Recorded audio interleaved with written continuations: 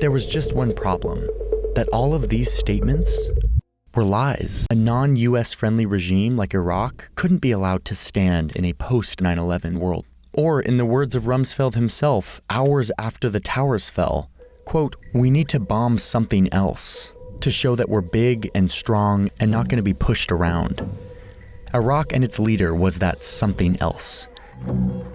And now Bush and his advisors were looking at a plan to make it a reality.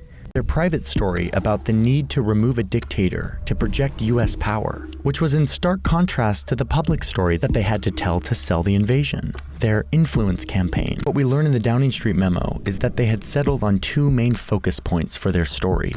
That Iraq has weapons of mass destruction, and that they're also working with the masterminds of 9/11. Simply stated, there is no doubt that Saddam Hussein now has weapons of mass destruction, that he is amassing them to use against our friends, against our allies, and against us. But there was just one problem, that all of these statements were lies.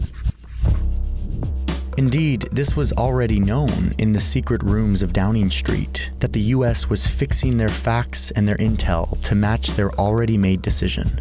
Iraq's supposed links to Al-Qaeda were based on one interrogation of a guy whose testimony lacked, quote, specific details, and who was intentionally lying about it to mislead his interrogators. Bush and his allies knew this. It was clearly documented back in February of 2002. And yet, publicly, the scary story about Al-Qaeda being in Iraq continued to be sold by Bush and his people.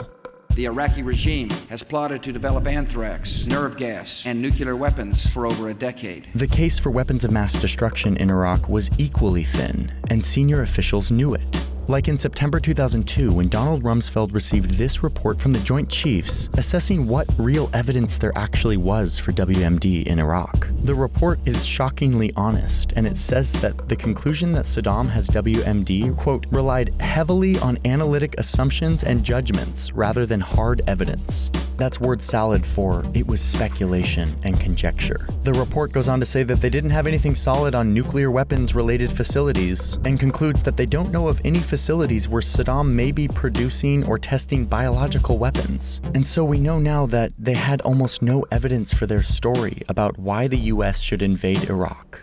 And yet, even knowing this, they kept selling the same story, convincing the American people.